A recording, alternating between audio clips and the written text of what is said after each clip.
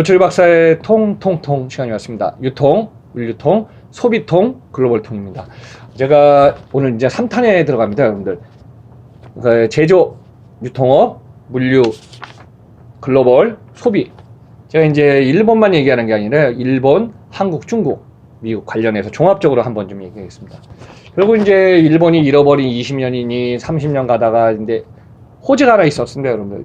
2020년 도쿄 올림픽이 다시 왔죠. 결국은 1964년 올림픽이 있었고요. 제가 과거 시간에 이런 얘기 하지 않았습니까? 올림픽과 박람회를 하면 소비가 열린다. 그 시장이 지금 다시 일본은 도쿄 올림픽을 향해서 지금 건설 붐부터 막 생깁니다. 그러다 보니까 제조업은 경쟁력을 강화하려면요, 도메스틱, 국내 시장과 해외 시장을 갖다 구분해야 되는데, 여러분들 이제 비즈니스 하다 보면 어때요? 헤드 오피스를 어디에 두냐가 너무 중요합니다. 결국은 뭐예요? 해외 현지화 법인을 하더라도 현지에서 계산하지만 헤드 오피스 쪽으로 모두 총괄하거든요. 그래서 이제 거점을 갖다가 글로벌 기업들은 꼭 자국에다가 헤드 오피스를 두지 않습니다. 왜냐? 글로벌 기업일 때 가능합니다.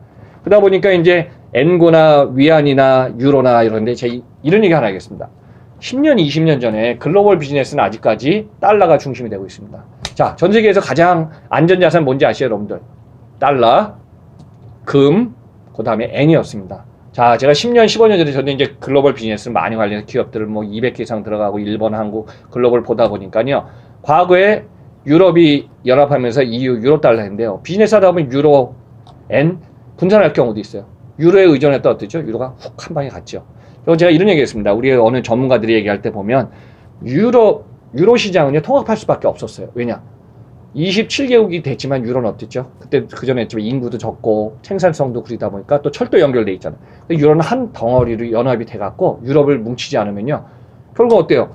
큰 기업, 큰 국가 몇 개밖에 없지 않습니까? 그래서 유로는 EU 공동체 하면서 또 최근에 이제 집행위원장 유능한 여성분으로 또 바뀌었기 때문에 유럽은 그런 체제로 가고 있습니다. 그러다 보니까 그 시장에서 임금이 올라가면요, 제조업은 경쟁력을 상실합니다. 그래서 어때요? 자꾸 해외 공장 현지화, 소비시장이 커지는 이머징 마켓으로 진출해서 거기에서 경쟁력을 해서 어때요? 소비가 커진 시장으로 물건을 갖다가 물류를 통해서 계속 델리버리, 아웃소싱을 주지 않습니까? 일본 국내에서 만들어서 나갔으면 어때요? 일본 경쟁력 다 떨어집니다. 자, 한국도 마찬가지입니다, 지금. 과거에 일본을 보면서 한국이 뭐 어떻게 가는 게 아니라 글로벌 경쟁 시대에 한국은 벌써 해외 현지화 나가 있고 생산 공장도 지금 해외에 많이 있습니다. 자, 제가 이제 앞으로 우리나라도 인구가 5년, 10년 준다고 그러지 않았습니까? 아마 우리나라, 저는 2013년부터 한국은 저성장 시대에 들어와 있고, 저성장에는 뭐냐면요, 물가가 너무 올라가면 안 돼요. 자, 물가가 올라가면 어떻죠? 소비 생활이 힘들어집니다. 또 해외에서 관광객이 옛날에 한국에 음식값 쌌어요. 한국에 뭐 지하철 이거 환승 너무 저렴해서 좋았어요. 근데 와보니까 물가가 비싸. 음식 하나 먹어도 뭐 9,000원, 10,000원이야. 그쵸? 교통수단이 괜찮지만 뭐 저희가 택시값도 뭐 싸지도 않았어. 길 막히면 올라가. 결론 뭐냐? 국내가 아니라 해외하고의 어떤 허브 앤드 스포크 왔다 갔다 했는 건데, 여러 가지 그런 상황이 되다 보니까 한국 상황이 지금 이렇게 가고 있습니다. 자, 품질 향상입니다. 결국은 제조업은요, 가치 혁신을 하려면은, 제가 이런 얘기 하나 하겠습니다. 과거에는요, 저는 마켓 볼 때 했습니다. 시장에 있으면 대, 중, 소입니다. 하이, 미들, 로가 있었는데, 과거에는 이제 하이 하면은 하이를 절대 쫓아가지 못했어요. 근데 최근에 제가 그랬죠. 학습과 경험하면서 과거의 일본을 우리는 쫓아갔고, 우리를 또 중국이 쫓아가고, 학습 경험하면서 계속 쫓아간다고 하지 않습니까? 우리가 했던 시장은 미들, 중간에서 점점 줄어들고 있습니다. 왜냐? 글로벌 경쟁력에서는 기업도 경쟁자가 많아지다 보니까요, 앞으로는 국내 시장뿐만 아니라 해외 기업하고 우리가 경쟁을 해야 되거든요. 그래서 이런 시장에서 결국은 가치 경쟁 계속 중요해지고 있습니다. 일본의 많은 기업들이요, 제가 전 시간에도 설명했지만은 중소기업에 아직까지도 뭐 일본이 잘한다 못하냐, 저는 이렇게 보고 있습니다. 땅이 넓다 보니까 대학 교수도 뭐 노벨 문학상, 뭐 화학상 참 많이 나오지 않습니까? 일본의 특징이 하나 있습니다. 자기가 좋아하는 걸요, 10년, 20년, 30년 죽을 때까지 하는 사람들이 너무 많아요. 그러다 보니까 어때요? 그 분야를 갖다가 계속 하다 보니까 지속성이 가능한 거죠. 자, 우리나라는 스피드 문화의 앞만 보고 경쟁력 여기까지 온 거 대단합니다. 근데 어때요? 하다가 또 궤도 변환하면 또 이쪽으로 가야 돼. 그래서 이제 좋은 말로는 탄력적이고 임기응변적이라고 하는데, 하다 보면 어때요? 지속성과 일관성이 좀 방향을 틀면 어떻죠? 이게 좀 쉽지 않습니다. 그래서 이제 그런 부분이 일본과 우리의 문화가 다르기 때문에 일본 기업들은 지속적으로 했습니다. 그러다 보니까 이제 인구가 줄고 시장은 축소하다 보니까 저는 여러 차례 그랬습니다. 인구력은 경제력이다. 인구가 1억 이상 되면은 포트폴리오도 만들 수 있고 결국은 분산 비즈니스도 가능하다 그랬는데 일본은 그 시장이 됐고요. 한국 같은 경우는 지금 이제 5,180만 명이라 한국은 제가 그랬지 않습니까? 경쟁력을 해서 해외로 나가서 들어오고 나가서 들어오고. 그래서 이제 클로즈 마인드가 아니라 저는 이런 여러분들한테 드리겠습니다. 글로벌 비즈니스는 가면 갈수록요 정보력도 중요하지만은 네트워크입니다.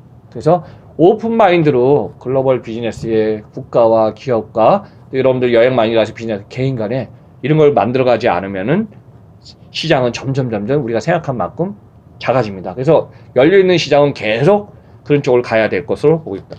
이제 시장이 제조업이 이제 움직이다 보면요 가장 힘든 게 하나 있습니다. 제조업의 경쟁자도 너무 많았습니다. 자동차만 보더라도 그렇지 않습니까? 메르세데스 벤츠는 최고급이냐는 그 밑에 자동차 회사들은 어때요? 중간에서 지금 경쟁을 계속 하다 보니까 또 밑에서 치고 올라오는 중국의 자동차 회사, 인도의 타다 자동차 회사 이런 기업이 그래서 이제 경쟁을 하다 보면은 글로벌 시장에서는 남아도는 물건, 남아도는 상품, 남아도는 걸 갖다가 빨리 지금 팔고 빨리 지금 보충하지 않으면 결국 경쟁자가 그만큼 많아지기 때문에 제조업은 앞으로 수요 예측과 적정 재고 관리 이런 걸 하면서 시장을 만들어가지 않으면은 점점 경쟁 상태에서 지금 힘들어질 걸로 보입니다. 자, 유통업에 대해서 얘기했습니다. 아마 여러분들이 많이 궁금해하실 거예요. 왜 우리나라 지금 요즘 제가 질문 많이 받는 게 오프라인 매장 지금 언젠간 다 없어진다면서요? 없어지지는 않습니다. 지금 패러다임을 바꾸더니 혁신을 해야 돼요. 근데 제가 이런 얘기했습니다. 전 세계 국가에서 서울, 경기도, 인천, 유럽은 한 국가가 800, 1000만인데 우리는 어쩌죠? 서울, 경기도, 인천이 2600만 명이 살고 있어요. 과밀된 상태에서 과다 경쟁하다 보니까 우리는 그만큼 파이든 속도가 너무 빨라진 것으로 불과합니다. 자, 미국도 땅은 우리나라의 100배지만 어떻게 분산돼 있죠. 일본도 땅이 우리나라의 4배지만은 분산돼 있지 않습니까? 그래서 밀집도와 밀집도가 아닌 지역을 갖다가 구분해야 되는데 우리 시장은 결국은 몰려 있습니다. 수도권에. 그러다 보니까 오프라인 시장이 축소되는 게 아니라 오프라인 시장보다 지금 전자상거래 속도전이 붙다 보니까 그 시장으로 모든 소비자가 빠르고 값싸고 저렴하고 움직이기 편한 이런 쪽으로 지금 시장이 가다 보니까 점차 대형점, 오프라인 매장 이쪽 같은 경우 융합형이다. 근데 아무튼 이제 경영 전략 실전에 있는 바잉하는 사람들 이런 분들은 지금 계속 좀 고민할 수밖에 없는 시장 구조에 와 있습니다. 그래서 이제 유통업이 과거에 일본이 있잖아요. 20년을 극복한 전환점이 하나 있습니다. 첫째, 가격을 이제 제조업이 가격 경쟁했듯이 유통업도 있잖아요. 남아도는 물건을 갖다가 가격을 저렴하게 팔았어요. 그래서 이제 대표적으로 가치 경쟁에서 승리한 기업 제가 3개 얘기했습니다. 첫째, 20조 원의 매출 올 유니클로. 여러분들 일본 가면 우리나라 지금 한국의 아성다이소 매출이 지금 2조 원이 넘었습니다. 자, 백엔샵부터 시작했던 6조 원의 매출을 가지고 있는 다이소. 자, 세 번째는 어딘지 아세요? 여러분들 디스카운트 스토어 돈키호테가 지금 10조 원까지 올라왔습니다. 그 정도로 제가 이제 과거에 강의할 때 그랬지 않습니까? 제가 처음에 일본 갔을 때 제가 조후에 있었는데 제 바로 옆에 돈키호테가 1988년에 오픈했어요. 그만큼 기업은 고인 컨선이기 때문에 기업이 유지하려면요. 가격 경쟁, 가치 경쟁, 혁신 경쟁을 다 준비하지 않으면요. 앞으로 5년, 10년 안에 지금 없어지는 기업도 계속 나올 겁니다. 그래서 유통기업들 글로벌 과다 경쟁 시대에 가격 갖고 승부하는 시대는 끝났고요. 또 혁신 갖고 해도 힘들고 그래서 지금 융합형으로 이걸 좀 다 만들어 가야 되지 않나 싶습니다.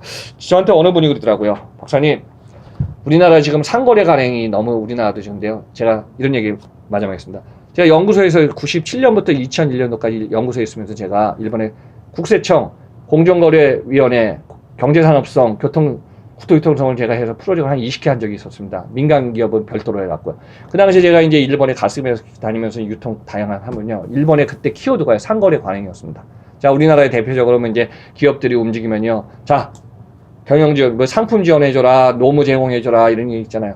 그런 시대가 한국도 벌써 5년, 10년 전부터 와갖고 그런 시대가 지금 되고 있습니다. 그래서 유통기업들 혁신하는데 소비자가 너무 중요해서 소비자를 보면서 유통도 변화하고 혁신하는 모멘텀을 만드는 게 앞으로 너무 중요합니다. 그래서 이제 가격, 물류, 서비스 이런 걸 갖다가 하면서 판매 전쟁에 불붙었다. 그래서 이제 한국의 유통기업들 너무 중요한 시대로 가고 있습니다. 근데 이제 제가 다음 시간에는 얘기하겠지만은 유통이 하면 중요한 게 뭐가 있죠? 요즘에 이제 물류가 안 들어가는 게 없습니다. 그래서 이제 앞으로 얘기하겠습니다. 물류를 지배하는 자, 고객을 관리하고 시장을 지배한다. 이렇게 하면서 제가 이제 다음 시간에 설명하겠습니다. 자, 조철희 박사의 통통통 3탄으로 오늘은 이것으로 마치겠습니다. 여러분들 항상 시청해 주시고 매독 주셔서 감사합니다. 마지막에 좋아요, 구독 쿡쿡 부탁드리겠습니다. 감사합니다.